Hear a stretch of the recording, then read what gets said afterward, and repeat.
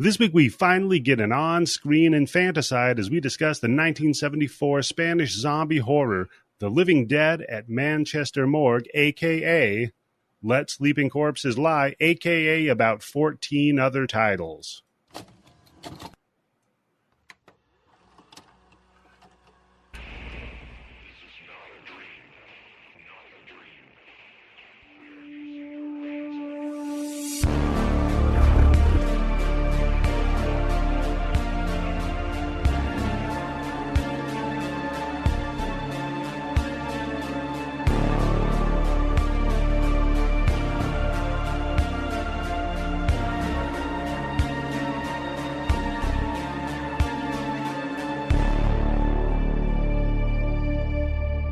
Hello and welcome to the Bloody Bits Horror Show. I am your host, Eddie. The Axe Jefferson. Wow, that was a really low axe. Let's get it up here. Come on. There we go. The Axe Jefferson. And joining me, as always, is the guy who filed a noise complaint on those damn scientists. It's Tim Yobo. I don't really have an ear for music, but I think we have a new theme song, right? Oh, you know what? You're right, Tim. That is a new theme song. Okay. I just wanted to make sure I knew what I was talking about. This week it's drinking. There's no edibles this week, so okay. Watch out, motherfuckers. So we're going to get a surly Yobo is what we've got. And the only thing that pairs better with a surly Yobo than alcohol is the one coming in wetter than a zombie tramp. It's Candice. It's Candice. She's on mute. Oh, fuck. No wonder why you guys weren't responding to anything I was saying. I was like, yes, I've also been drinking. This is all my second beer. Oh, well, that makes sense because you also forgot the mute button, but that's okay. I was going to say about the music. I really liked it. It was like some John Carpenter synth type music. I was thinking John Carpenter too, yes. Yeah, well, in honor of October, I figured I'd change it up a little bit. But for us, I suppose it would be Swaptober.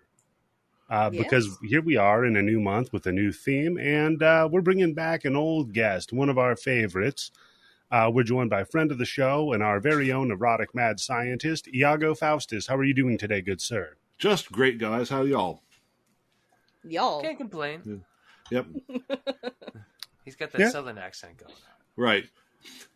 Doing well. Doing quite well. So, for the month of Swaptober, what we're going to be doing is we have 4 guests. They all picked a movie, threw their keys into the collective bowl, shook it around a little bit, and grabbed the keys for somebody else's movie. Minor curation on who is getting whose movies. So, of course. Yeah. So the 4-part. Should we announce the 4-part? No, yeah, I'll just announce. You should announce the movies too. Give whet people's appetite.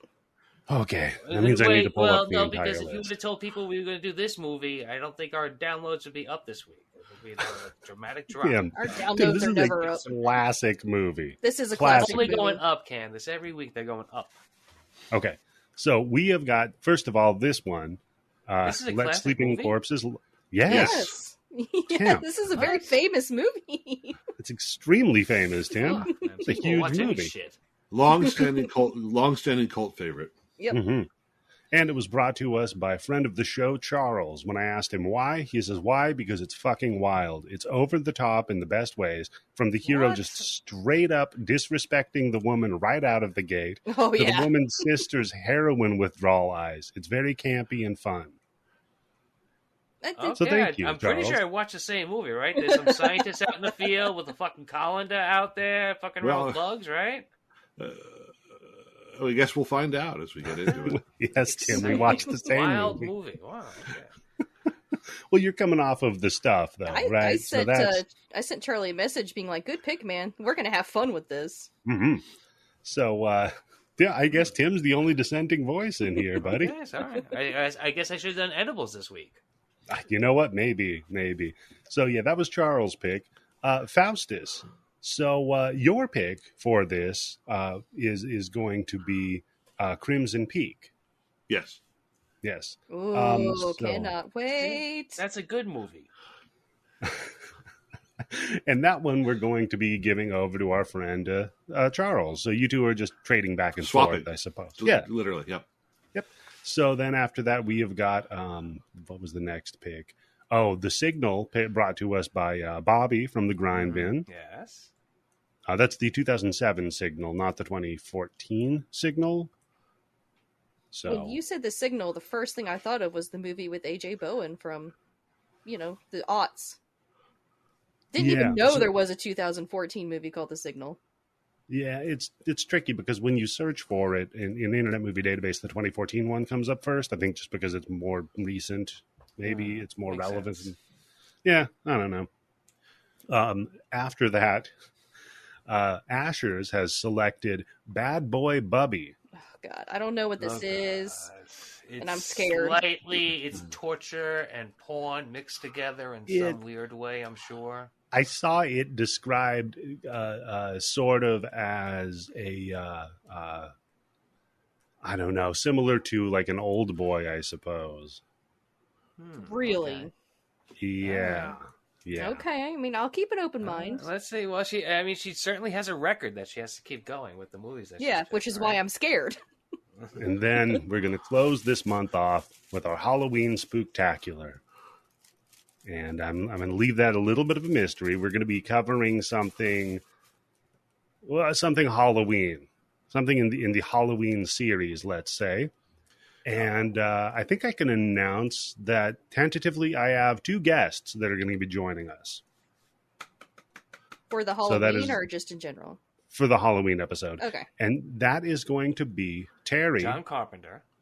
From those dastardly McCollum brothers. Come on. Let them wait. When they tune in, then, just have to, he's running late. He'll be on in a couple minutes. He's running late. He'll be on in No one's going to fucking believe that. No, wait to just bury... Well, if Eddie doesn't edit this out, they'll believe it. Way to bury Terry, man. I announced he's coming. He hasn't been on the show for a long time. It has been a very hot minute. And I haven't never been on an episode with him on anything ever. Okay. Well, he's going to be on. And, I did. I'm a liar. Long time. I just never figured Candice for a hot minute type of chick. I don't know what that means. And longtime friend of the show. You said a hot minute. Yeah. Daniel will be joining us. Yay! Hey. Oh, I did 3 mini bins with him last night. So yeah, we're gonna have a Terry Daniel rare form. Actually, I was on edibles last night, and he was the one stinking drunk. Oh no! Let me tell you, that's an eye opener. I apologize to Mike. I apologize to everybody. Wow! Holy shit! Wow! if Tim apologized, am I like this sometimes? Is this a life assessment, Tim? Oh man! Is this like step 1? I mean, Eddie, are you going to announce the 2 special guests that we have this month? So, thank you so much for reminding me about that, Candice. How could you forget it? It's all I'm thinking about. I know.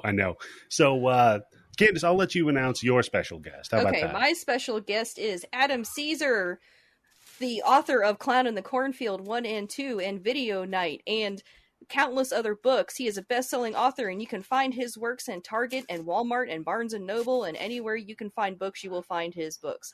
He did me a huge favor, and he is going to be on for just a short Q&A session, probably like 30 to 45 minutes I think I'm planning on. And we're recording that next Monday, so probably that week sometime. A very special episode of the Bloody Bits Horror Show with special guest Adam Caesar. And tune in and listen to Candice do her Chris Farley impersonation for half an hour. I don't get it. It's a reference, Candice, to Saturday Night Live. He had the Chris Farley show where he would just have a mega celebrity on as in the sketch, and he'd be like, remember when you were in Terminator? That was awesome. When he's talking to Paul McCartney, remember when you were in the Beatles? That was cool, right? But I get to geek out in my own weird way because what's that? I said you do. I'm so happy for all of us. Because I actually got a guest that one of the big reasons I even got into horror to begin with was the old Tales from the Crypt comic books. So I wrangled A.L. Katz, who was a writer and producer for the Tales from the Crypt series, as well as The Outer Limits. He did several episodes of.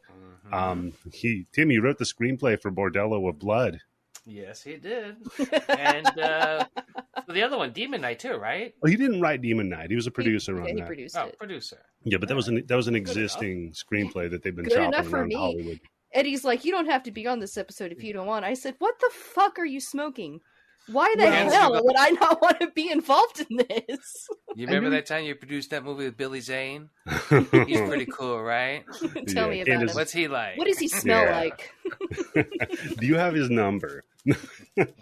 Oh, no. But also, he wrote 11 episodes of Freddy's Nightmares.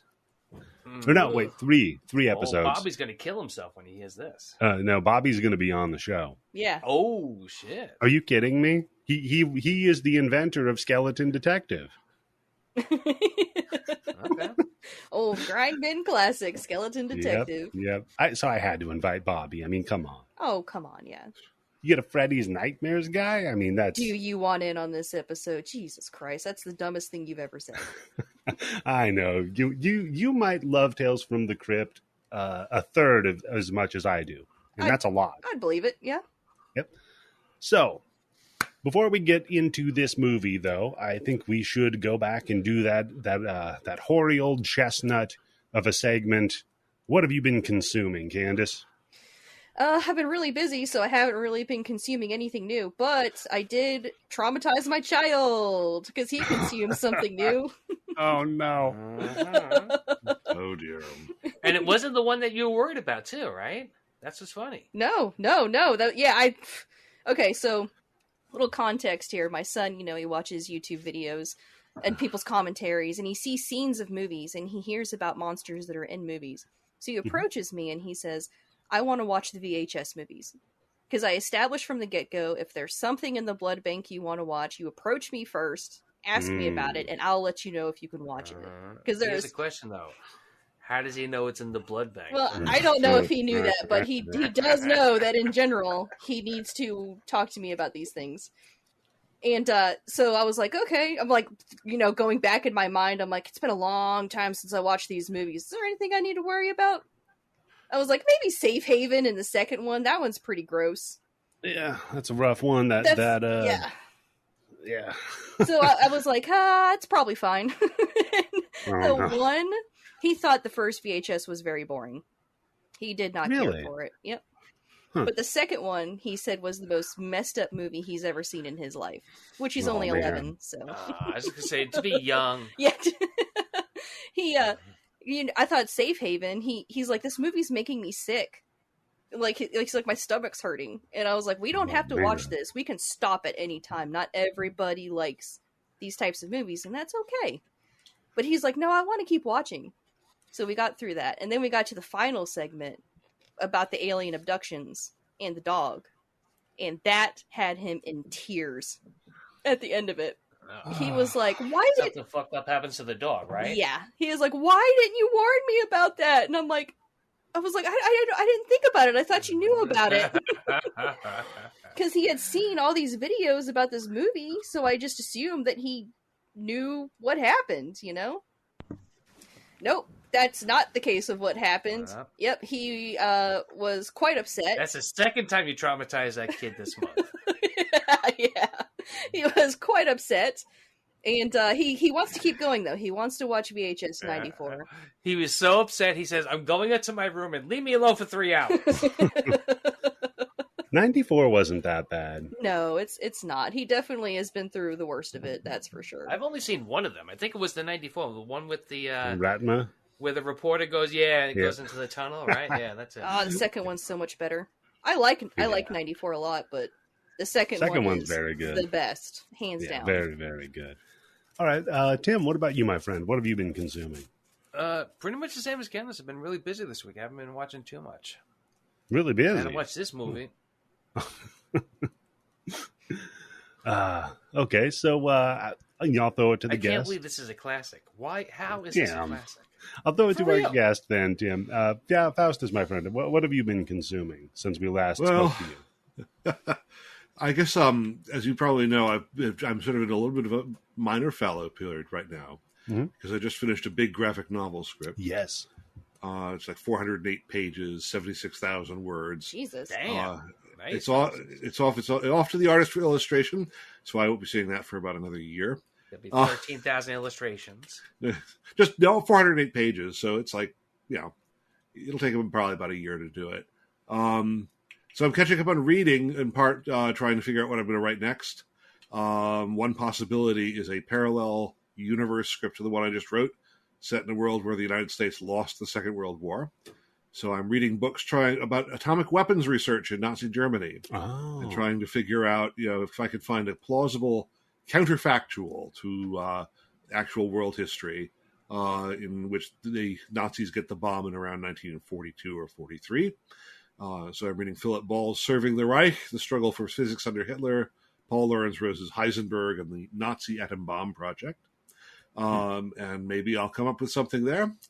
And then I guess the rest of my consumption, part of it has to do with keeping Mrs. Dr. Faustus company, who's lonely because our youngest just went off to college.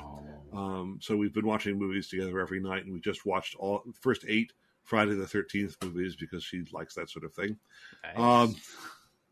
And when I'm on my own, I've been discovering that there must be something wrong with me because I can't just watch a movie.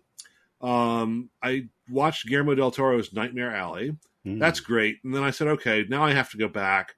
I now have to watch the 1947 version of Nightmare Alley. The one with Tyrone Power that was directed by Evan Goulding. And then I have to watch all the commentary tracks. And then I have to go back to William Lindsay Gresham's novel, that Nightmare Alley, which is the source for both of these movies. But it's a good way to spend time, I think. I mean, not only were all these 3 artifacts really entertaining and engaging in their separate ways, but it is very interesting to see the strategies and aesthetic choices that got used. Oh, yeah, that's got to be really interesting. Yeah, as they got adopted in two projects. 2 different movies, really, in different times by different people.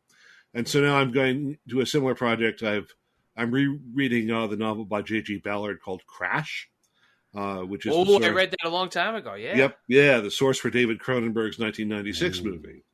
Wow. And Ballard is more disturbing than Cronenberg, I think, actually. Wow. If you can believe such a thing. So, so I guess I've been having a lot of fun with my consumption over the last week or a couple of weeks. Interesting. So so you and Miss Faustus watched the first 8 Friday the 13th. So how was that for you? You don't do that? What kind of chunks did you do it in? Did you do it like 3 every night? Yeah. No, we did 1 a night. Okay. For like a week. I found that I had like the first 8 on some kind of box set. I don't know. I can't remember how I acquired it. But it was in my collection. So I said, well, okay, we can watch this. And it's amazing how much money they got out of such a thin premise. Oh, no kidding. Basically no premise. The thinnest of premises. Yeah. So I guess, maybe there are ways, if you find one of those, you've won the lottery, I guess. But no kidding. You kind of remind me of my husband in that respect, that you're a completionist. Because he will watch the whole series of movies, even though he knows he doesn't like most of them, he has to finish it. Oh my God. Is he watching Breaking Bad? No, he does not like Breaking Bad at all. By the way, I finished season 2. Yeah, you liked it? It got me, and then it lost me again. Okay. It's high. How did season 2 end? With the plane crash. Okay. Oh, that's right. Which I thought was really dumb, to be completely honest. Oh my God, Candice, what's wrong with your heart? I thought it was so dumb. I was like, what the fuck? Something has hardened Candice's heart. It's okay, guys. Don't worry. But they spent that whole season, though, like suggesting that there's going to be some kind of disaster for the protagonist. Yeah. Mm-hmm. Right? And then there's just a plane crash. Yeah, I felt really let down. They got when they keep teasing it, they're showing them they're in the same suits that they used to cook the meth. So you're thinking, oh, maybe they're busting the house with some meth shit going on. And I just thought it was a great thing to show like how Walt, even when he's faced with the consequences of how many people have died because of what he does, he just carries on. Mm-hmm. So are you gonna? The question is, you have to watch this season 3 and 4 for the next Twilight movie. Yeah. I mean, we have to make a fresh deal. Well, you want to finish the Twilight series, right? These 2 seasons are just for the first part of it. We gotta wait until we watch the Twilight and then see how Eddie feels. I don't know if he'll want to continue. Eddie will suck it up. He'll take one for the team. Candice, above all things, I am a deal maker. I'll just put it to you that way. So what have I been consuming? Not much, really. Pod crunch, because we've got so many episodes Yeah, coming we're up. all so busy that it's really Yeah. difficult to, oh, I watched this movie and this TV series and I read this Yeah. book. It's like, I really haven't done much. We spoke about it a bit before recording, but I just rewatched Street Trash for the first time in a long time. Love that movie. And I mean, I enjoy it, but I would stretch to say that it's a movie. It's more of a disparate series of vignettes that are loosely connected. But it never stops being entertaining, which is more than a lot of movies can say. That's very true. That is very true. I'll give you that one. What is the movie? Street Trash? Oh, come on. Another one Tim hates. Again, this is the Playing hot potato with a dick. That's funny. Tim didn't like that scene, I suppose. You know what was funny? It's only funny because Candice doesn't like penises, and she's like, "Yes, I'd throw that shit away as fast as I got in my hand." Yeah. What's funny is it so put me in the same like headspace and feeling of Deadbeat at Dawn. Yes. You know, it's Yeah, very like apocalyptic. It's like guerrilla Ohio. filming. Yeah. It's great. Great stuff. Plus, doesn't the main guy from Street Trash kind of look like the main guy from this movie a little bit? A little bit, yeah. He does. So, I always thought that he looked like Torgo from Manos Hands of Fate. we Manos, kept yeah. calling him Torgo the entire fucking thing. Yeah, Because he totally just looks does. like Torgo. I mean, any kind of like sandy-haired, blue-eyed hippie with a beard looks like Torgo. Yeah, pretty much. All right, so let's get to it. Faustus, I guess I'll ask you first. What is your history with Let Sleeping Corpses Lie, a.k.a. keep going on? Living Dead at the Manchester Morgue, Mhm. or in Spanish, No profanare el sueño de los muertos, or in Italian, Non si deve profanare il sonno dei morti, or Let Sleeping Corpses Lie, or Don't Open the Window, or about 15 other. That's why I Titles. thought it was Italian. Because It's an Italian-Spanish co-production. okay, because I looked Yeah. up look it up in the blood bank, and it wasn't under Let Sleeping Corpses Lie. It wasn't under Living Dead. I was Yeah. like, I bet it's in the original Italian because I thought it was Italian. So I looked it up, the Italian title, and You're right. yeah, You're at least half right. I mean, they did a lot of Spanish-Italian co-productions in the early 70s because of Spanish tax breaks to try to get their film industry going.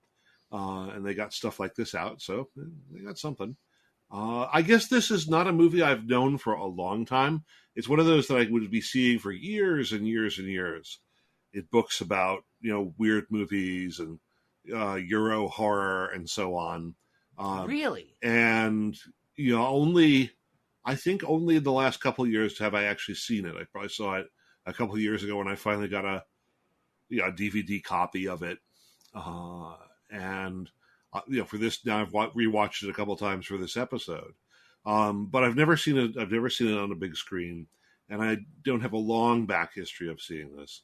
I mean, it's a popular kind of genre, right? Like the eco horror / zombie movie. Yeah. It prefigures a lot of movies like that, but it's only recently that I've seen it. I probably saw a movie like Les Raisins de Mort, which is another good eco horror entry for zombies, if you ever want to do it. And it's also on the Video Nasty list, by the way. of course Yep. it is. Why wouldn't so- it be? Faustus, what are your feelings on zombie horrors, just in general? Are you a big fan of the zombie subgenre? I'm not a huge fan of the zombie subgenre, but there are obviously some really excellent movies in in that particular area. Like, there are probably too many that aren't excellent. Like the sort of Night of the Living Dead is a great film, right? Dawn of the Dead, Day of the Dead, all of those do well. I think this is a really impressive movie. And I think Les Raisins de Mort is an impressive movie. And then it kind of drops off a little bit for me. I'm not otherwise a huge zombie fan. Although I do think that the zombie concept is also interesting allegorically in a number of ways, and we'll probably get into that a little bit as we break the movie down. Yeah. So Yeah, it's an interesting vehicle to kind of push forward a lot of social commentary, it makes a good backdrop. Because commonly it's the whole, how are the humans behaving during this pressure being applied to them from this slow march? Who's the real monsters? Yeah. Now I feel like that concept is done into the dust.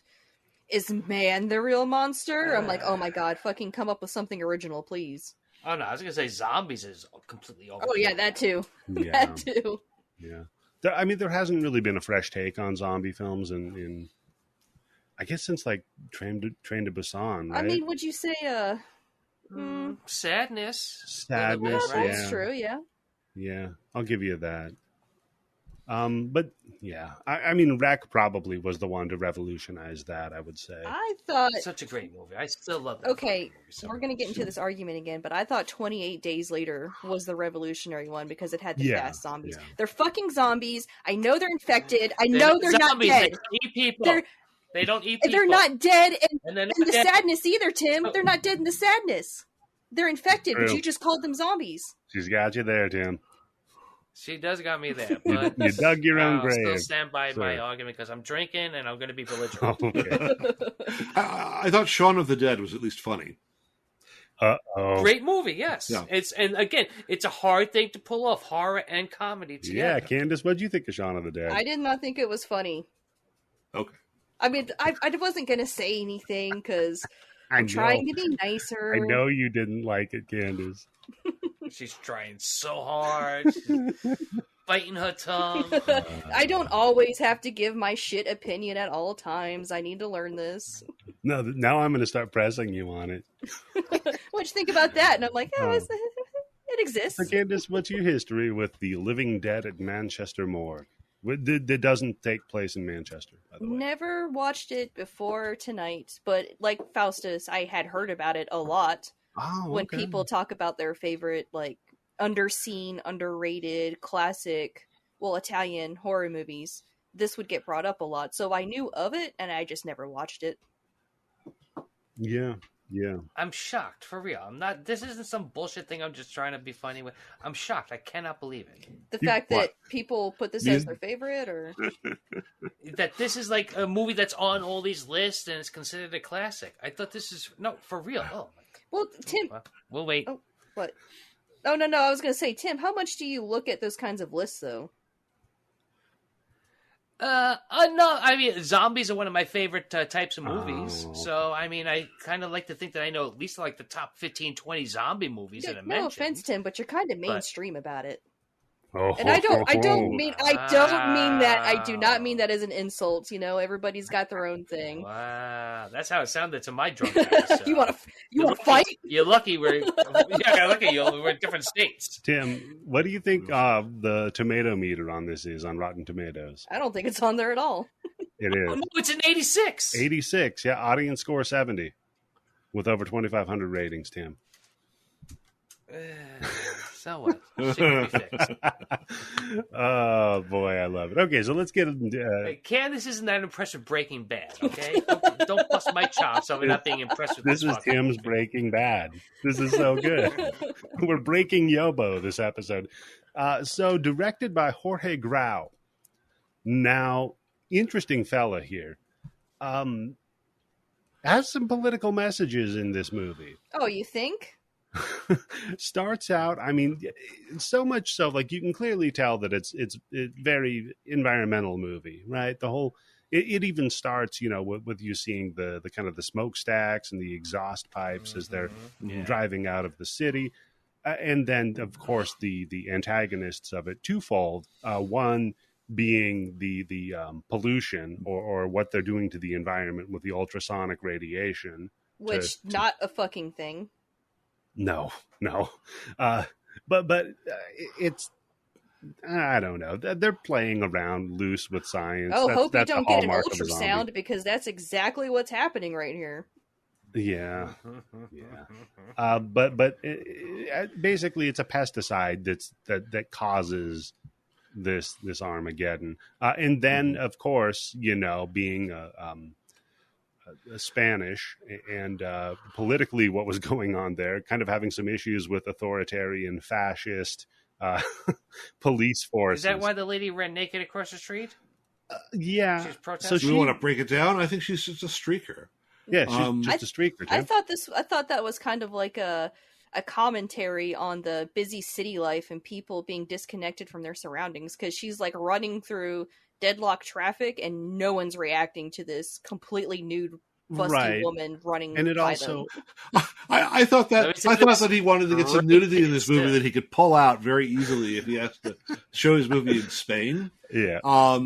And this was an easy way to do it. It's to my mind, this is a very funny scene. It is funny. Because you get the cutbacks to the view of these stone-faced Mancunians pretending that they haven't seen what they're seeing, and so you have that going on as well. And he just said, "Here's my gratuitous nudity. Yeah, it doesn't fit in any way, and I don't care." Well, I guess I way overthought this. It also kind of points out the high point of the movie for me. Well, if you want to see something I overthought, I mean, I have my own view on. The sort of montage where are we breaking down now? Or are we still doing cast improvement? We might as well. I mean, as far as the actors go, most of them are very middling to semi-famous Spanish actors.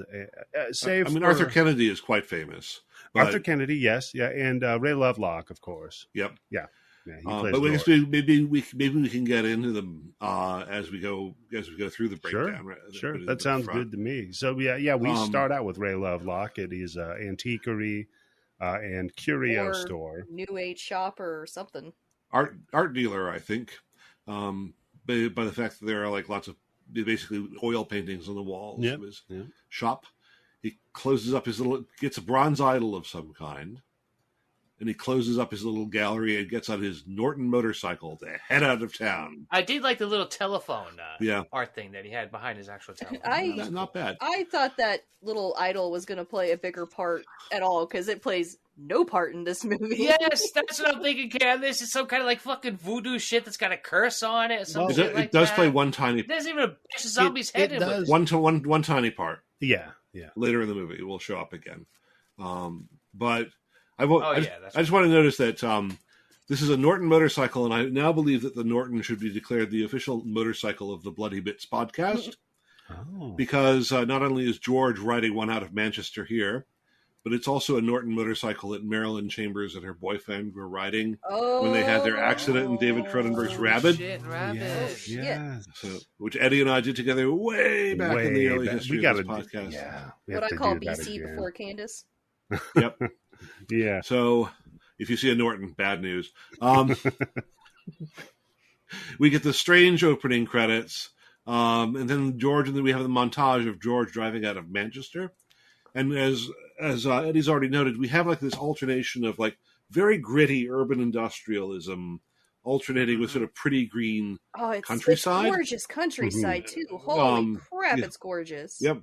Yeah, he's setting up towards the Lake District, which is a gorgeous place. Yes, because that's where all the romantic poets stayed. Keats and Byron and Shelley. And in fact, when you see this, you think about something like William Blake's And Did These Feet in Ancient Time, right? Mm-hmm. Because there you have, it has its own contrast between, this is the poem that introduces into the English language the phrase dark satanic mills. And did those feet in ancient time walk upon England's mountains green, and was the holy Lamb of God on England's pleasant pastures seen? Cut. And did the countenance divine shine forth upon our clouded hills, and was Jerusalem builded here among these dark satanic mills? Cut. Faustus, can I just get you recording all of like... Faustus, thank you, because that's from that's Dark Satanic Mills is a line in a Roger Waters song. Mm-hmm. And until now, I just never knew where that came from. It comes from this poem by William Blake in 1810. Oh, God, I love William Blake. Yep. Bring me my bow of burning gold. Bring me my arrows of desire. Bring me my spear, O clouds unfold. Bring me my chariot of fire. Hell yeah. I will not cease from mental fight, nor shall my sword sleep in my hand, till we have built Jerusalem in England's green and pleasant land.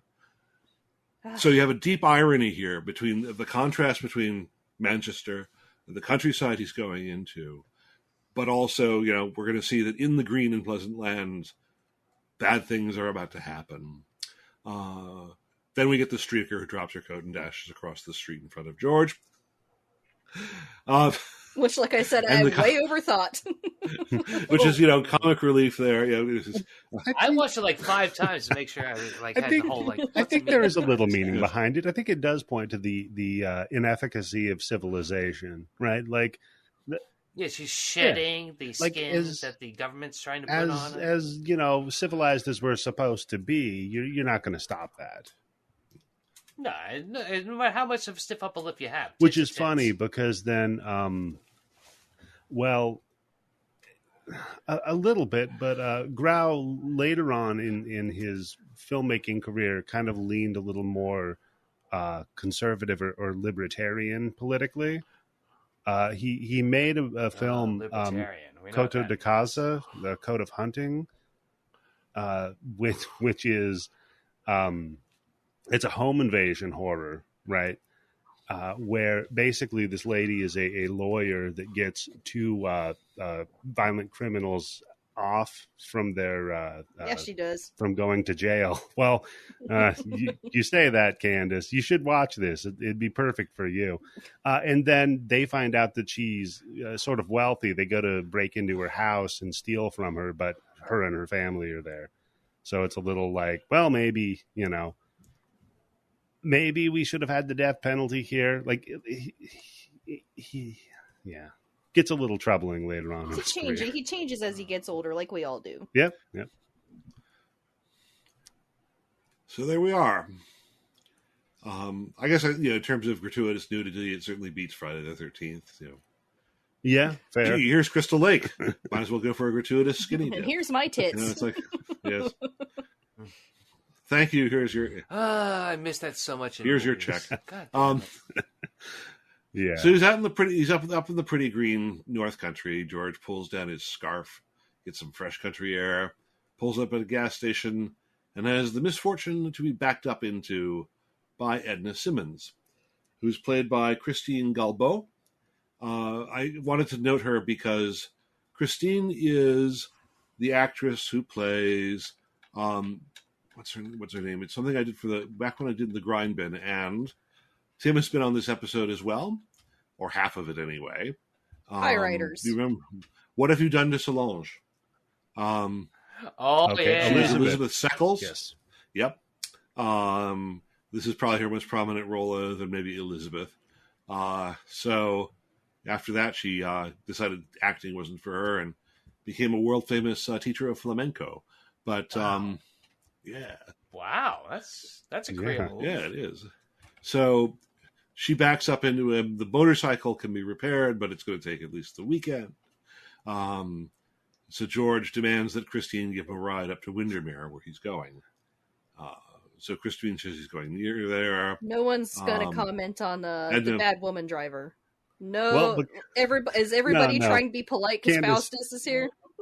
No, Candice, that's just like everyday knowledge. Why would we comment on it? That's like saying in this movie the sky is blue. Candice, I was waiting for the second scene when she accidentally backs into a vehicle. But or the part where it makes a point to show that the man did not, no matter how much of a rush he was in, slam into another vehicle.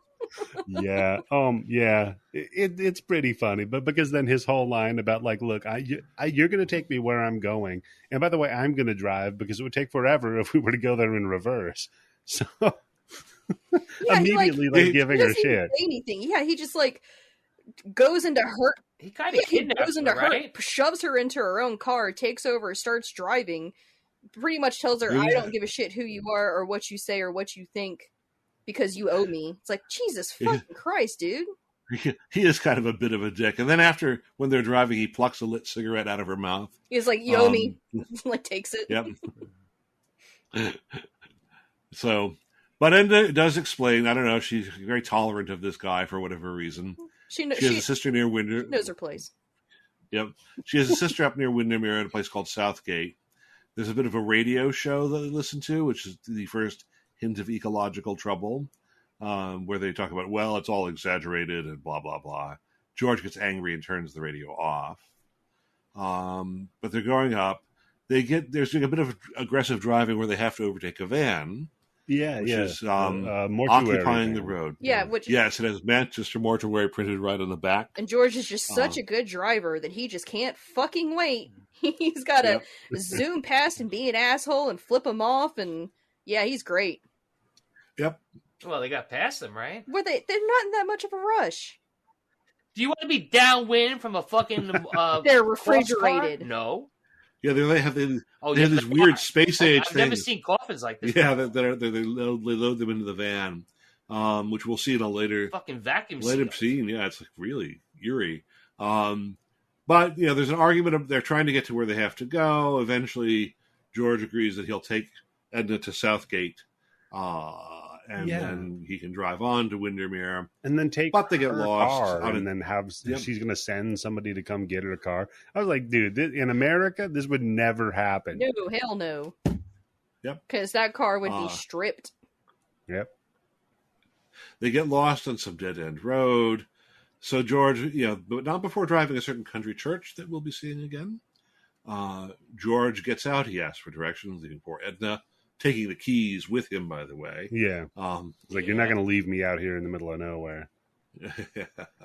It's a lovely, lonely country out there. It's as beautiful. We can all see. This is, cinematography of this is well done.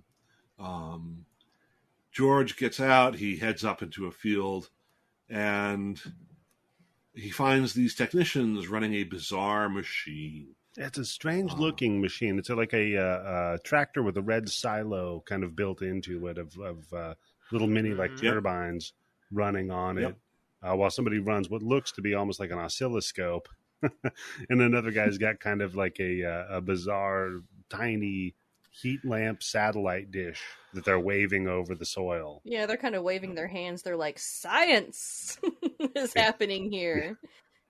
What kind of science? No idea, but it's definitely science. Something to get rid of bugs. We're from the Ministry of Agriculture. We got this big machine we can use for free, so we got to work it in. We're using ultrasonic radiation to destroy insects and parasites. So, to which George's response is, I'd send it right back to where this machine came from and keep the insects and parasites that nature gave you. Sure, okay, guy. Yeah, no. Yeah, I can't fucking stand him. Hippie. I was like, I bet he's one of those people who does, like, holistic remedies. I bet he'd rather, like, chew on elder bark than take an aspirin if he has a fever. Look, you can't be an art dealer of his stature, the way it looks like, and be a hippie, right? No idea. Probably. He's sold out. Probably not, but he still has certain convictions. It's in this corpus of the conversation, they say that the machine has an effective range of maybe a mile. Mm-hmm. And it's not exactly a pleasant conversation, but he eventually does get some directions to where he's going. And also just a point of the sound design, because of what the contributing factor, the creation of the zombies is, it's audible throughout the movie, right? So you get this high-pitched kind of piercing noise that it's emitting, and people don't seem to be really necessarily reacting so much to it, but it is there as the audience. And it's interesting that you watched the Friday the 13th movies, because you have a similar thing with the whispers of Mother Voorhees, hearing her son kind of setting up. Yeah, whenever there's going to be the presence of the monster, you're going to hear that in the sound design. Yeah. And down in the valley, poor Edna encounters a weird, shambling wreck of a man. He notices her and he attacks her. She tries hiding in the car, then fleeing in the stream, and encounters George coming back down the hill with one of the Ministry of Agriculture men. Would you hide in that car, though? I'm pretty sure, fucking dog could jump on it and it would break. You could push it. The dog would push it over and turn it over 2 times. No. Or pick it up and carry it off. It's a Cooper Mini. Yeah, at one point, one of these motherfuckers picks up a gravestone. That thing's got to weigh at least like 500-600 pounds, right? So the attacking man disappears. She gives a brief description, and the agriculture man thinks, that sounds like Go Through the Tramp. Oh, yeah, and also no one fucking believes her. No. Right, no one believes her. Of course not. Of course, and Guthrie's dead, of course. Yeah. He died. He drowned a week ago. And also wet, and he'll remain wet the entire film. It's Same. interesting. Well, they're just Candice. It's funny because it's like they're it's so early they're kind of feeling out the zombie genre. So there's some things where they're kind of like a ghost almost. They kind of stay perpetually in the state before death. Why would he be wet? He drowned. They found him. They had a funeral for him, right? So why would he come back as a zombie? Plus, it's interesting that they're intelligent, or at least like somewhat intelligent, because they'll like work together. They can open doors. Yeah. Mm-hmm. No, that's all I had. Make battering rams. Yeah. Use tools. Well, at least George now has directions, and we're watching photographs being developed by a character named Martin West, played by an actor named Jose De Fonte. And he's currently running a project to photograph local flowers at night. So he's going out to do a setup for another shoot, and he hears a strange noise. The strange noise turns out to be his wife, Katie, who's going through the dark into the kitchen in this sort of rambling country house that they have somewhere. She claims, of course, that she's just looking for strawberries, that she wants to make a pie because her sister is coming to visit. But that's code. But that's code. Katie is actually a drug addict. She's being kept out here in the country by Martin, her husband, and her sister's imminent visit is meant to force her into treatment in an institution. How the fuck do you score heroin if that's where you live? Good. Drug dealers are very enterprising. Yeah, you can get heroin in prison, Tim. Yeah, I know, but it's just like I would imagine it's probably easier to get heroin in prison than it is at that fucking place. I mean, that's supposed to be the place where heroin's not, because they put you there because you did heroin. But I don't know. I mean, maybe they had like an Uber Eats for heroin. They DoorDash their heroin. Maybe the Ministry of Agriculture has something to do with it. I don't know. There you go. These civil servants who just don't know. Well, Katie is sort of dissolves. He tries his best to be comforting, but he doesn't really succeed. So he gives up on his wife and goes out to set up his photography. And, through this house, by the way, there are various photographic nudes, apparently of Katie, posted about. They look like crime scene do. photos to me. They look like evidence that could be used against you I in a court of law. think the point was that he caught her shooting up. And he was taking photos of her, which apparently she was buck-ass naked while she was shooting up. Well, see, here's how my mind works. I think that he's the one who's supplying her the heroin. So he can take his lewd photos. So, George and Edna drive through the dark. George is getting progressively more irritated with Edna as she tries to press her point about seeing something terrible. And out in the country by a waterfall on his little farm or whatever, Martin is doing his thing, making photographs. Katie, she manages to find her secret stash and prepares to shoot up, but she is distracted by the noise of metal grating on metal. There's something out there, and of course it's Guthrie the walking corpse. Katie tries to flee and find Martin, who's busy with his photography. Martin manages to hold off Guthrie for a few flashes, but Guthrie soon overpowers and kills him. And Katie flees back. Katie doing nothing to try to help him. She just kind of like standing there and grabbing her hair like... Well, maybe... No, at that point, she's got to run, right? Maybe, and we hear that they didn't have the greatest of relationships. So maybe she was like, this is my chance. This is that Willy Wonka. And, maybe she's thinking she's fucking tripping out. Maybe, yeah. Or this is that Wonka. No, stop, don't. Or that's the guy who gets her the heroin. So hey, there you go. Maybe Guthrie's the guy that was bringing her the heroin. Oh, yeah. Oh, he drowned in the fucking lake after he brought the heroin. So, Katie flees back to the house. Luckily, I guess for her, George and Edna pull up.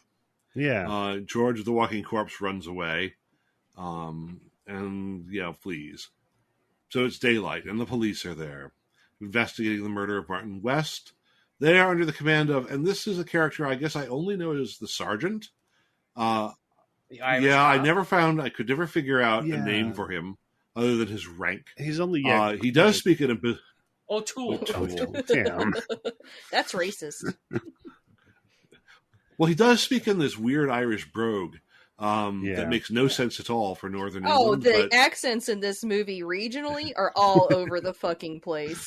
Yeah. Yep. Yeah. Yeah, like, I mean, definitely. It's like George sounds like he's from London or Southeast England, and just the others I just can't place. They are from everywhere, and this guy who's played by Arthur Kennedy is a real piece of work. Yeah. Arthur Kennedy was not a real piece of work. Arthur Kennedy was actually a really impressive actor, Mm-hmm. probably at this point on the downside of his career, but he basically, had a long career both on stage and in front of the camera. He got a Tony Award in 1949 for appearing in, I think, the first run of Death of a Salesman. And he had a huge run in movies in the 1950s. He appears in, we'll take a deep breath, it's better to say them, High Sierra, Champion, They Died with Their Boots On, The Glass Menagerie, The Desperate Hours, Trial, Peyton Place, Some Came Running, A Summer Place, Elmer Gantry, The Man from Laramie, Barabbas, Lawrence of Arabia, Nevada Smith, and Fantastic Voyage. Damn. Yeah. And he got 4 Oscar nominations for Best Supporting Actor in his career. They were for Champion, Trial, Peyton Place, and Some Came Running. He got 1 Best Actor nomination for Bright Victory, and he lost on all 5. Damn. That's which is impressive. Not as impressive, I submit, as that compiled by my girl Thelma Ritter, who got 6 supporting actress nominations and never won. And in her later career, actually would host Come See Me Lose parties on Oscar night. But still, it's an impressive record. Hey, look, she made Lemonade at 11. She right? did. And fuck you, Academy of Motion Picture Arts and Who Sciences. fucking cares what they think anyway? Yeah, it's Exactly. just a popularity contest.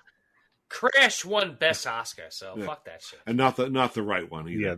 I was gonna, You know yeah, what's the funny? wrong We were Crash, talking yeah. about that on Everything I Learned from Movies, because apparently Izzy's mother heard that Crash had won and then went and got the wrong Crash. Oh boy! Oh no! Oh boy!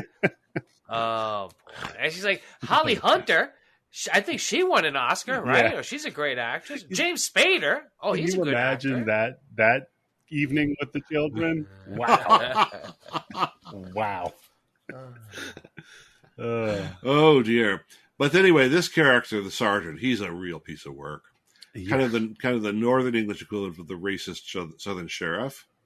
He Yeah. immediately gets the view that the killing is the work of a sadist who's immensely strong. And so he collars George and Edna in the house together with Katie. He rifles through the house. He finds the drugs. He comes up with a theory that they're all working together to protect Katie. Oh yeah, he says Katie did it while she was on heroin. She got super strength and freaked out. I'm pretty sure. We all know that's what heroin does for you. Yeah, exactly. I was like, I don't think he understands what heroin does. What do you think? The only heroin does is it gives you incredible balance. That's it. For sure. Underdog secret super energy pill here. Hey kids, do heroin if you want to really ace that big test. Yes. Yeah. And if you don't, you can beat the shit out of your teacher. No, heroin just makes things tolerable. Yeah. So, and the sergeant who ends up ordering Katie to stay at her house and orders George and Edna to stay at a hotel in Southgate. See, I think he's working with the owner of the hotel. Yeah, you have to stay there. Yeah. He does get a free room at the end Old of the Owl movie, Inn. right? Love that place. Yes. So Edna and George walk out. It occurs to them that Martin was taking pictures, and they might be photographs that might sort of like vindicate Katie. So they know the film. The police have taken the film. Mm-hmm. So they work out a little trick to steal it back. Where it involves Edna asking one of these idiot cops for a cigarette. Right. And it's great because first Edna is like, hey, wait a minute, the camera, there's film on there that will, prove that Katie didn't do it. And he's like, yeah, I don't trust the police, so I'm going to go steal the film and get it developed myself. Which, good call. Yes. Every cop in this movie is either an asshole or an idiot. Yeah. Basically. And I think actually all of them are idiots except for the Sarge. And he's just at any rate, prejudiced, so he doesn't see the truth in front of his face.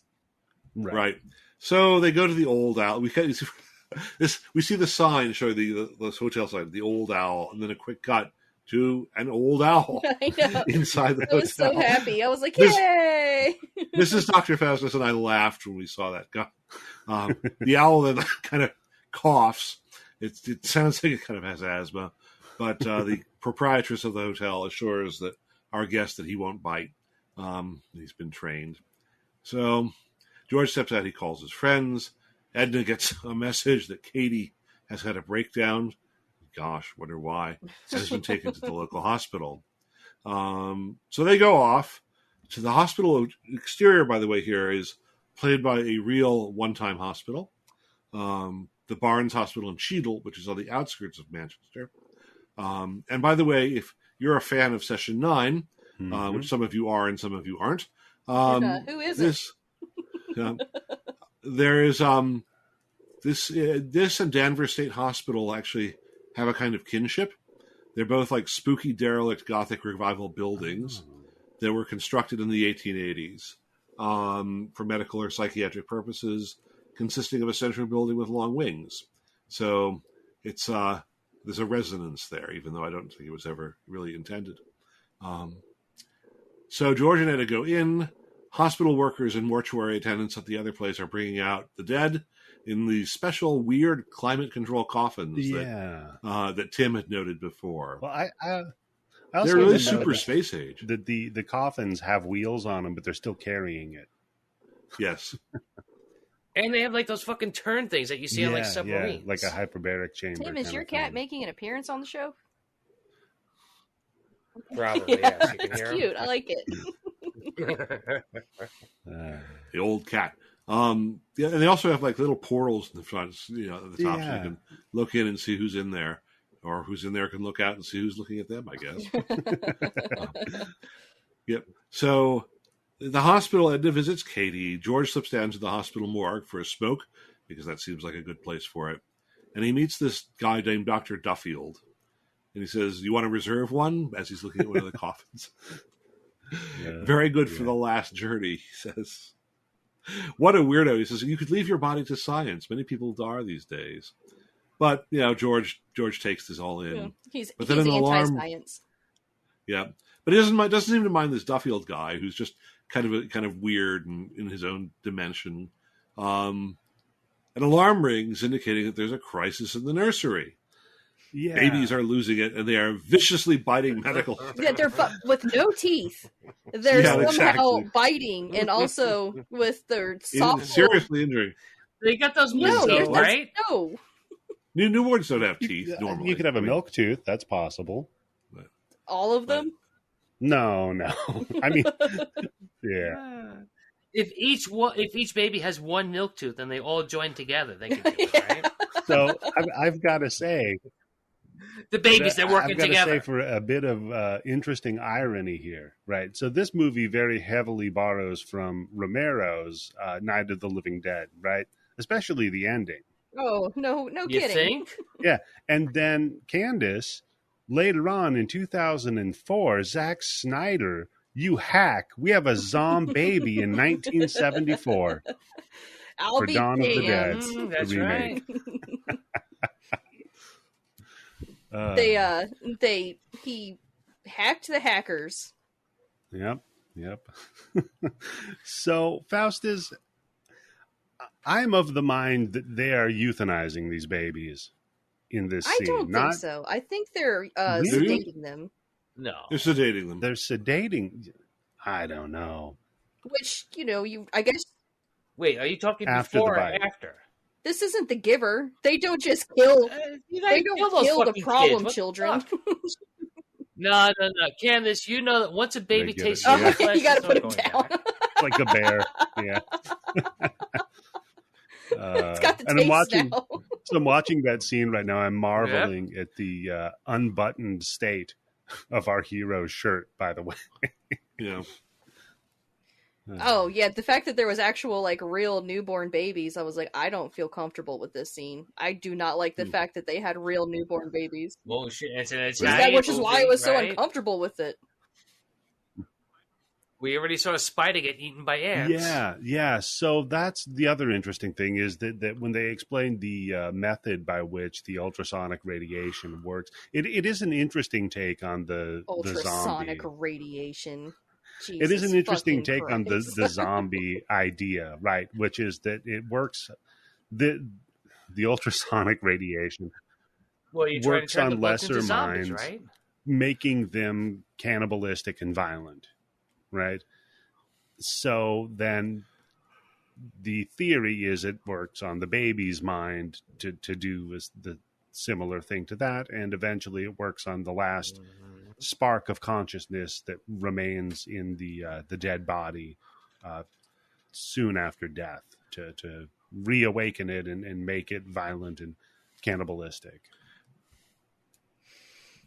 They make chubs, cannibalistic human underground babies. Cannibalistic humanoid underground Brits. Love those chubby cheeks. This is all very interesting. George and the physician, Dr. I forgot his name, but they go out to see the ultrasonic ray machine, where the doctor is, convinced that, well, this probably isn't what's causing the problem. So, right, because if it's got a 1 job. mile radius, it's not affecting any of the people working there, so it must be safe. This is.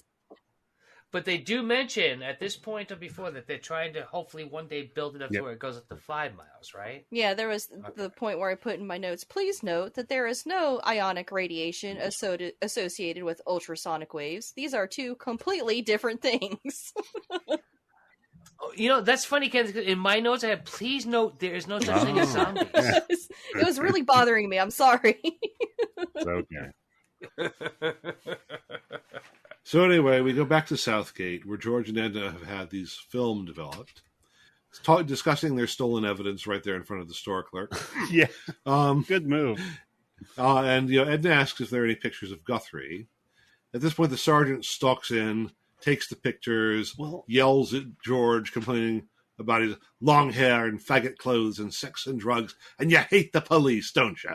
To which George replies, "You make it easy." That's a good. It was a good burn. That was a good burn. Yep.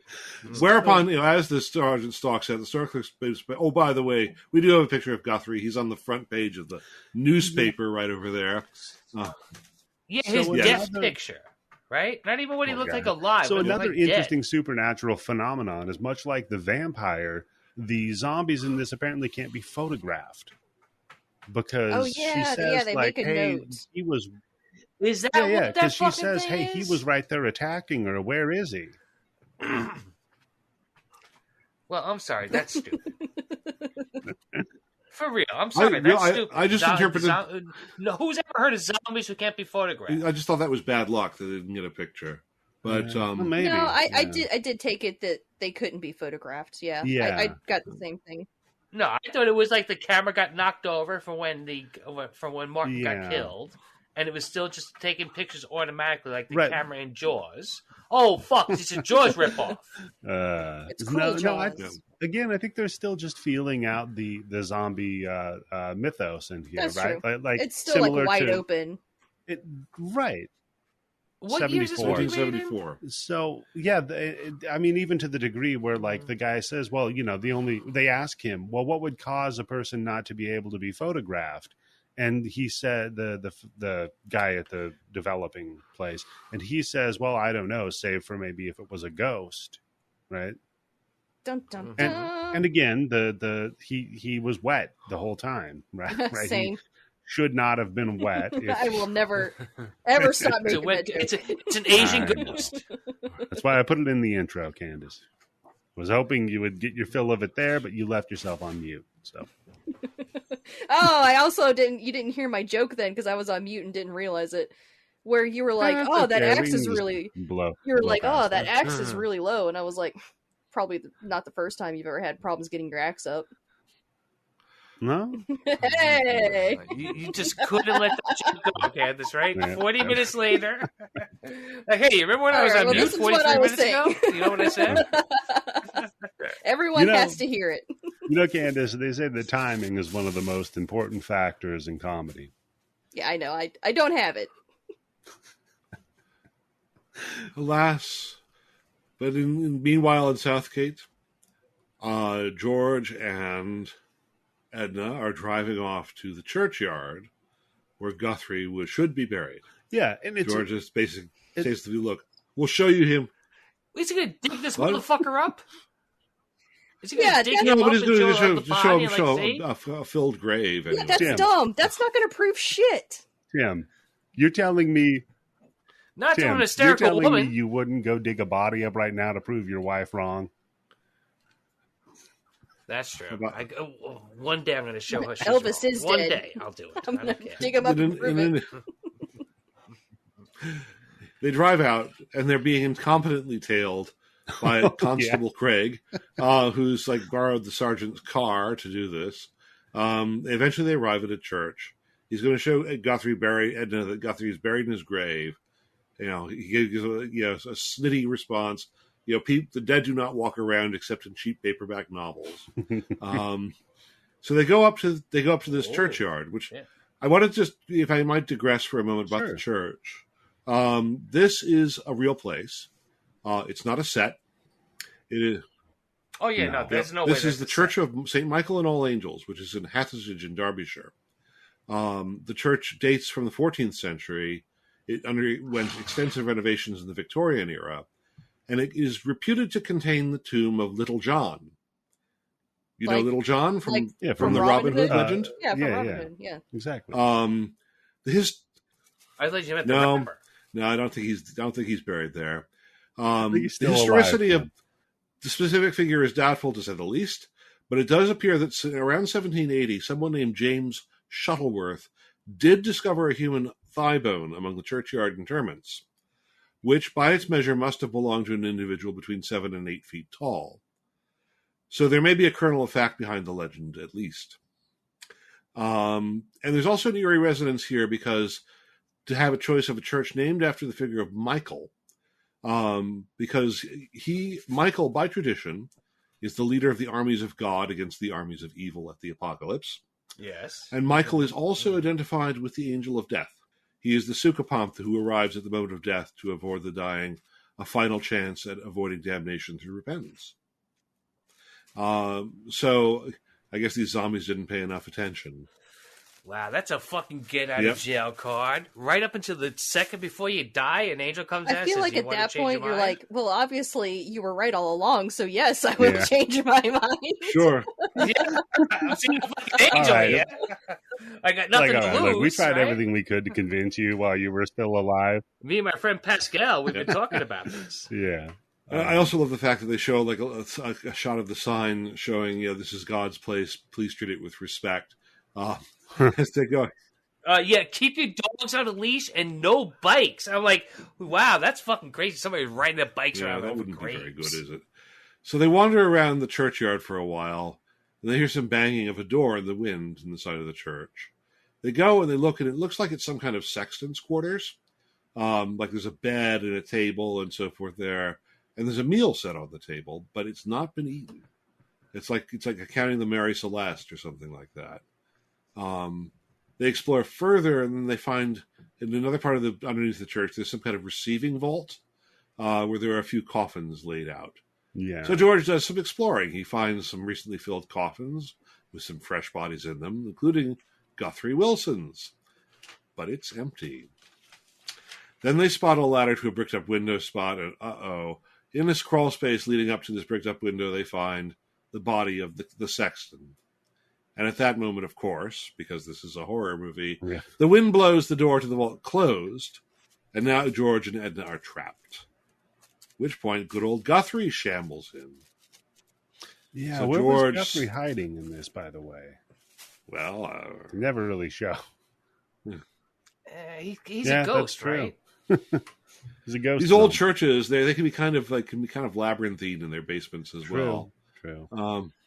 Yeah, for some reason the priests always built all these secret getaway tunnels. Well, probably because of the, the prosecution, the prohibition of persecution of the Catholic Church, because they would be killed if they were caught. So yeah, they did have hideaway tunnels.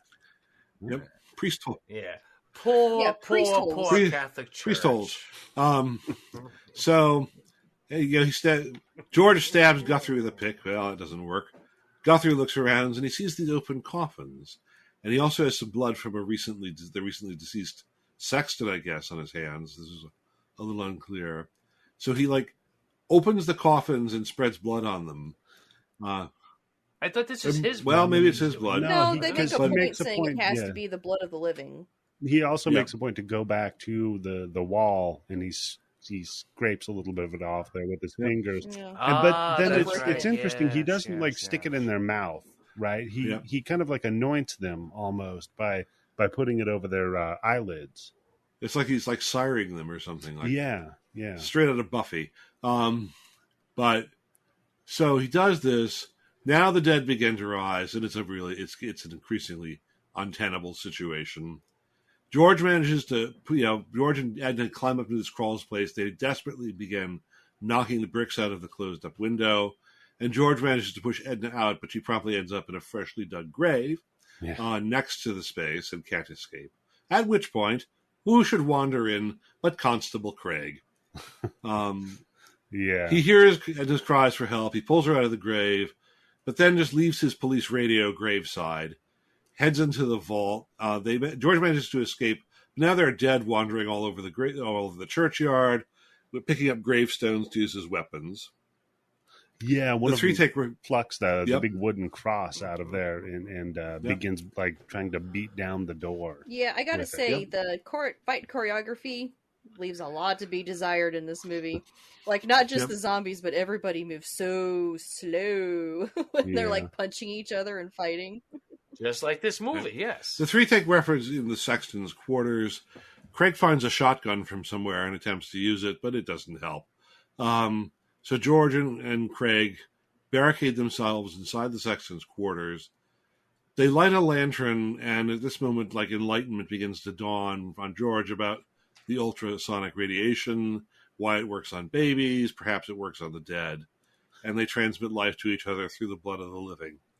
Brilliant deductions, Guy. It helps you a lot. The sergeant is on the radio trying to reach Craig because Craig left his radio graveside. He can't answer. So he decides he's going to make a break for the radio. Because this way he can show that hippie. Well, there are some cops that are competent, and boy, howdy, does he do a good job of that. Yeah, right. No, because doesn't he wait over 70 minutes before he tries to go out and get the radio? Yeah, he does. But then he busts out there to try to get the radio. Immediately gets his leg just crushed by a headstone. Yeah. By the headstone. And then he crawls over to the radio. And, just him and the inspector are just playing phone tag at this point, because then he radios back. He's like, hey, we fucking need some help down here. Get down here now. Yeah, But you can't play phone tag on a walkie-talkie unless the other guy's turned his walkie-talkie off. Yeah, he literally says there are dead people trying to kill us. Yeah. Again, wrong thing. Just say, I'm a police officer. I'm down. Somebody who's not white shot me. Bam! All the fucking police Signal forces 13. Right Signal 13. Yep. Or whatever the equivalent is for the British police. They must have one. So... he gets eaten up. He gets torn apart by zombies and eaten up and all that good stuff. George and Ed discover almost. I do like this part because for a moment it looks like that fucking zombie, Martin, is going to suck his dick because he goes. It looks like he's going to unbuckle his fucking pants. And I'm like, whoa, wait a second. No, he's just pulling out some entrails, Tim. Yep.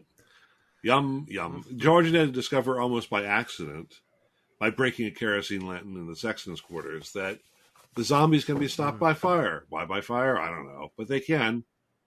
I don't know. Most things can be stopped by fire. Stopped by fire. Well, most things can be stopped by gunfire too, but that doesn't really work on these guys. No, I think a lion is more afraid of constant fire being shoved in his face than a gun going off. That totally reminds me of the Tick, where the one dude was like, bullets, my Achilles heel. My only weakness. Yeah. Things that penetrate my body. Not only is fire their weakness, they go up in flames in this movie. You barely have to touch them. Yeah, that is interesting. They do Do we get to the naked zombie yet? No, that's coming when we get to the hospital scenes. Okay. I'm wondering how he got set on fire. So they stop the fire. They flee the churchyard. George tells Edna to go back to the cottage and tell the police what happened. Edna is worried about Martin's body, but George believes that the radiation only has an effect of a mile. So Edna gets in her car and heads off, presumably back to Southgate. Right. George tries to start the policeman's cars, but it dawns on him he doesn't have the keys. Yeah, because his intent is to go destroy the machine. Yeah, he tells Edna, go to the police and tell them what happened. Like they're gonna fucking believe her. Yeah. Really. Mm-hmm. They're just gonna arrest her and be like, well, I'm glad you came in quietly. Yep. Wait, isn't your sister a junkie? So we get back to the cottage. Martin's reanimated body looms over a policeman whom I guess they left there to keep watch over the place. We presume he's gone. George gets to the machine, presumably by some vigorous jogging. And there's a big blow up there where George manages to damage the machine some as the crew runs off. And at the church, now it's nighttime. Sarge has finally arrived. They find what's left of Craig. They killed Craig and the caretaker, so if you find them, shoot to kill. Not... Me mom told me it's okay. Not taking note of the fact that British police are not normally armed. But that very good point. This is where they begin to float the theory that the reason that they killed the cop and then ate his entrails and then burned all of the other corpses is, well, the broken crucifix. Clearly, they're Satanists. Oh yeah, I love this. It's the trifecta. They're hippie, drug crazed Satanists. It's like every point, like every thing you want to hit in a pulp novel is right there. Who's the guy who comes up with this idea? Is he the coroner? I think he's a coroner. With the glasses. Yes. Yeah. Okay. So, what a great idea to put in this bigoted cop's head. Edna gets in her Mini Cooper. She arrives back at the Southgate cottage, finds it's apparently deserted, but before she notices a detached hand holding onto a police vehicle. Then she's attacked by zombie Martin. She manages to escape, running around for Martin in the process. Yeah, this is the second time she backs into a vehicle, by the way. Yep, that's true. No, they make a point of that. That's for damn sure. She drives off, but somehow George arrives and Martin disappears. Martin drives to a filling station. He drops off Edna, asking the attendant there to call for an ambulance for her. By the way, he grabs a can of kerosene, which happens to be conveniently sitting there, and drives off, goes back to the cottage, where he's ambushed by the police who've managed to arrive, set up the ambush, and lie in wait for him. Sarge tells him that Martin's body has been sent back to the hospital. George frantically tries to make his case about zombies, but no avail. Meanwhile, the agriculture men manage to get their machine working again. Yeah, so we're setting it up, right?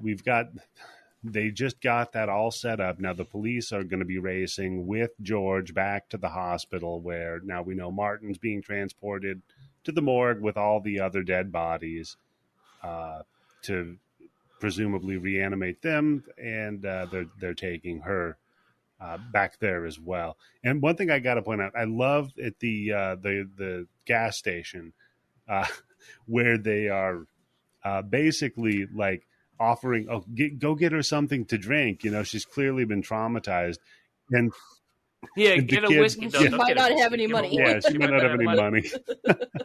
Yeah. Yep. So in the hospital, meanwhile, and I will say this, I thought at a certain point with everything that they were talking, I thought that kid was going to turn. Interesting call, yeah. But in the hospital autopsy room, Martin's body reanimates. Yep. It attacks a doctor or a morgue attendant or something. And another corpse, presumably an autopsy subject, I think this is the person Tim might have been referring to as the naked corpse, has just had its transport coffin or whatever just opened up. We go to police headquarters. Sarge is subjecting George to a profoundly abusive interrogation. Oh, yeah. Asking him about the idol. Remember that? Yep. Which we saw before, so it did have a place to play. It accuses him of being a Satanist. Right, because he's got George all again of has a good little relics. Has a good comeback line. Says, look, Sergeant, it's not my fault that Christ and the saints are out of fashion, but it's not against the law yet. I mean, I don't like George because he is an angry rageaholic. And also, he's probably a fucking stinky hippie who doesn't believe in science.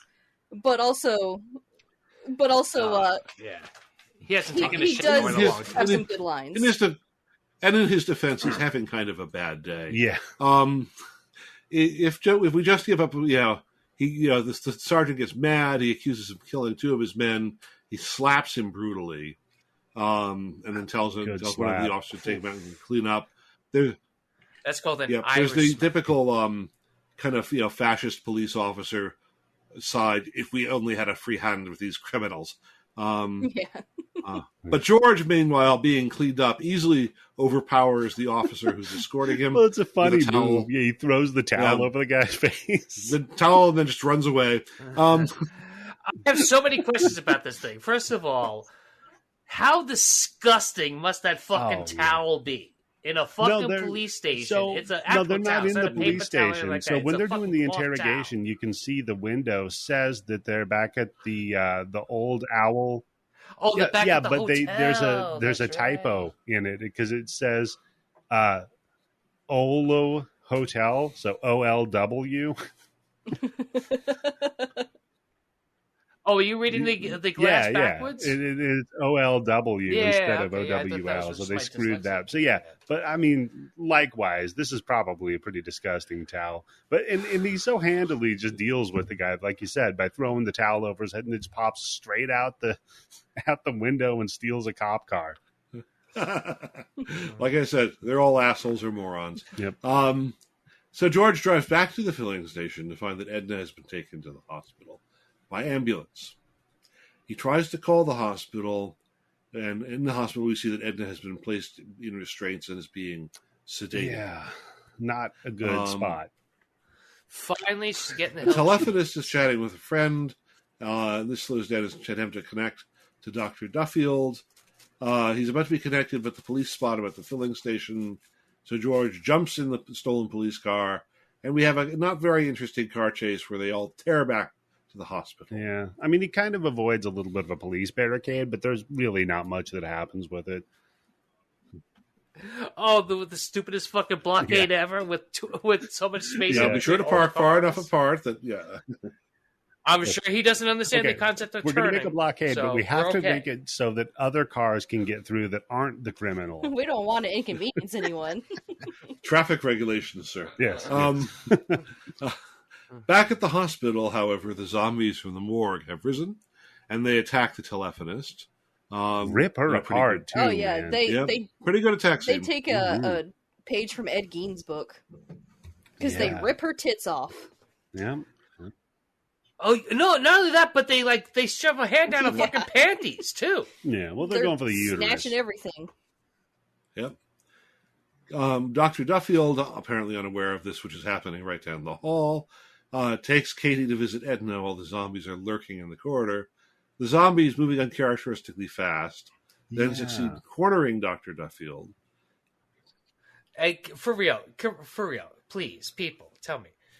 Are you anywhere near afraid of these fucking zombies? If you saw these motherfuckers coming down the hallway, the fucking naked zombie, the guy who's in his fucking jockstrap, and fucking Martin with the caterpillar eyebrows. Well, man, he does have some pronounced eyebrows. What they lack in strength. I have eyebrows, and I'm looking at it going, shave those. What they lack in strength, they make up in durability, because the doctor cuts one of them's fucking nipples off, and he just takes the axe away from him and domes him with it. Yep. They do manage to wipe out Duffield. They trap Katie in the elevator. Kind of choke her. And then in the next bars. scene, I guess they got to Katie because she attacks the restrained Edna. George heads into the hospiel. Oddly, it's bloody chaos. She kind of attacks her with just a pair of scissors, so it's not really clear that she's a zombie at the time. But they kind of hold that for suspense. Oh, she's just freaking out. Yeah. She needs a fix. She's probably jealous of the heroin that they just injected Edna with. I'll drink the opium right out of your blood. Take that morphia. He can hear the screams of Edna above. So he improvises some kind of fire weapon out of, I don't know, it looks like some towels and some medical alcohol. Wraps, gauze around the axe and lights it on fire. Yeah. And those zombies really do go up. So we never have a flaming crazy axe. how the nude zombie just bursts into flames. It's crazy. Dude, he's Italian. Do you know how much fucking pubic hair that guy's got down there? How much olive oil is in his system? Exactly. Between that's right, Faustus. Between the pubic hair and the olive oil, It's a grease never had fire, a is chance. what you're saying. You need to smother it rather than. Hey, you said it. I didn't say shit. Not you, Tim. Okay. No, that's not Faustus. How could you? Olive oil isn't grease. He's the guest. He doesn't have to be back in next week. It's too late, though. Edna has been zombified. She pushes her into the flames just in time for good old Sarge to storm in and shoot George dead. An unarmed, unresisting suspect, outnumbered something like 6 or more to 1 by various cops and other allies, and he just shoots him dead. They shot. Yep. They shot the and then sole he ends up with the survivor line of a zombie movie. Where have I heard of that? Well, I mean, to be honest, this cop has more of a reason to shoot this guy than the cops do in the original Night of the Living Dead, right? Fair. Yep. I wish you were dead so you could come back to... I wish the dead could come back to life so I could kill you again, you bastard. What a piece of shit. Oh, that's right, because it's still 15 more minutes of this fucking movie. Well, he gets his wish, though, Tim. Oh, man. Yep. So it's morning, and there's a crowd of press at the hospital. But Sarge is allowed to just walk on through and be driven away, congratulating himself on a job well done. He intends... I think I'll have some Jameson's whiskey he tonight. intends to go to the hotel. It looks like he'll be a regular hero, and his comment was, "Justice has been a little slow with all this permissive rot going on. Maybe people here will learn a thing or two from my example here." Oh, yeah. Yeah, because you're the that hero. guy taking the Harold Wilson premiership really hard. Yeah. Imagine an Irish guy all full of himself. So he goes back to the old owl. The old owl is still there. He checks into his room, evidently hoping to have a nice, restful time. And who does he confront himself with but Zombie George? So he pulls out his gun, which he's not supposed to have, and shoots him. But unfortunately for him, George is already dead, and bullets don't work on this particular species of zombie. Zombie George throttles Sarge to death, and then the movie ends with a shot of the ultrasonic device and its high-pitched, back up and irritating wail. Yeah. So he got his wish. He came back from the dead, but he just couldn't pull the trigger on killing him again, I guess. It just didn't work out for him. So, that's it. That's The Living Dead at Manchester Morgue. So, Tim, not a big fan. You know what? Thank you, Faustus, for blowing through this fucking thing, getting us done in an hour and 32 minutes, because this movie, I think this podcast is a little bit shorter than this movie, but this movie felt like it was a million times longer than this podcast, if that makes any sense. So, Tim, did you like the movie? For real, I'm sorry. No, I'm sorry. Look, Charlie's a great guy. I love Charlie. He's really cool. But me and him have complete opposite tastes in fucking movies. Crazy. What about you, Candice? What did you feel about the movie? It's fine. It's fine. There is a certain... See? There's a woman saying, it's fine. Fellas, you all know what that if you like these, If you like those pair of pants, I guess if you like these type of Euro zombie movies, then you're probably going to like this movie. It definitely hits all the notes of what you're looking for. See, I dug it. I get it's in Europe. There's zombies. I dug it, Tim. I get what you're talking about. There are some scenes in it that kind of drag a little bit, and maybe that's why it's so easy to kind of abbreviate it and have a shorter episode. There's nothing to be afraid of in this movie. These zombies are not frightful or anything at all. There wasn't any one point where I was like, even if I put myself back in time to being maybe 13, 14 years old and seeing this in the movie theaters, be like, oh. Yeah, plus we didn't dwell on the fact when the police officer's in a hurry and he's rushing around, he still does not slam into the vehicle in front of him. It actually zooms in and shows that he's like a hair's breadth away from slamming into the vehicle, but he still That's doesn't. because he's a policeman. He's a policeman, Candice. So, what about you, Faustus? Is it one you'd recommend people watch, or? I would. I enjoyed the atmospherics of this movie a lot. Mm-hmm. As you can probably tell by the fact that I spent a lot of time dwelling on details of things like churches and hospitals and towns. And you made this movie much more enjoyable. I'll tell you that. Don't watch this movie. Just listen to Faustus. Hey, Faustus, you got any more William Blake up your sleeve you can just start spouting? Probably not at this moment, but because I'm running a little low on gas at this point of the evening. But we will definitely put some in some future episode. Yeah. Because he's full of conflict and apocalyptic visions, and there'll be something. Oh man, that's Candice's dream date when she was a teenager. Hey, my specialty when I was an undergraduate was the British Romantics, so definitely fucking love Blake. Yep. What are you? What's your job now, proofread Candice? documents.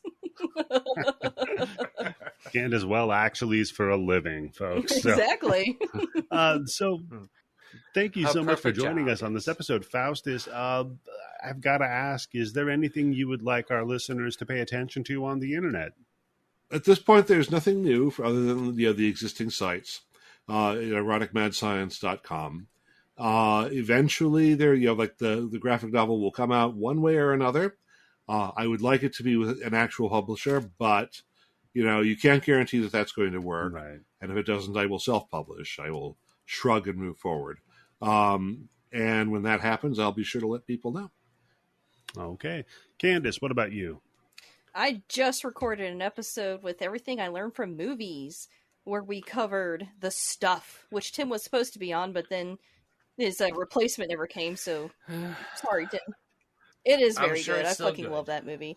And then also coming up next week, right after we record the episode with Adam Caesar, I'm going to be recording with the Grind Bin, and we're finally covering my pick from like 2 years ago. Oh, no. It is 1981's Madman. That's a good one. It's a very, very good one. What about you, Tim? I just did 3 mini bins with Mike, Daniel, and Matt. And one of them is about, finally, I got a Law and Order SVU episode. Oh, yeah. Oh, my God. I'm so happy about that, and I cannot wait to fucking hear it. Ones. Yes. So glad to hear Oh, my it. God. It's incredible. So glad. Then we did a Small Wonder episode where the brother pimps out his robot sister. And not only that, but the father finds out that his perfect match is a 13-year-old girl. That show has some issues. Television. Yeah, television was different in the 1980s. Yeah. Yeah, no, because Drunk Daniel was trying to say how back then that kind of stuff was kind of funny, and we're all like, no, it wasn't. Yeah. And then the last one, the third one that we did, was some fucking stupid-ass preacher's son who decides he's going to get famous in Jesus' world by going against Stairway to Heaven playing backwards. God. And about how, when they say the Piper's calling to join him on the Whispering Wind. The Whispering, when is that? That means it's whispering. That means it's not really there. So your Stairway to Heaven that lies on the Whispering Wind, it's really saying go to hell. And you see that lady there? That bitch ain't shining white light. Look at her. Yeah. So correlating rock and roll with the devil. Who would have thought? That's weird. Yeah. Playing it backwards and everything. And he plays it backwards after he's already said like six or seven different things. That's supposed to be like one of the things is I surrender to Satan. I love Zepp because that's what all the Satanists call Zeppelin. Zepp. My sweet Satan. I bring you 666. All it's that weird. bullshit. It kept saying Father Merrick. Bring us Father Merrick. It's weird. Of course, I like that movie. So. I've got to say, take a look at our Patreon. We just covered Barbarian. It's one of the best horror movies I've seen in years. And aren't we trying to get the director Zach on? I got a contact with the producer, so we'll see what we can do. Other than that, We also have our other bonus episodes, as well as access to the blood bank for over 3,200 cult, grindhouse, and horror movies. You can and more. You can take a look at that all there.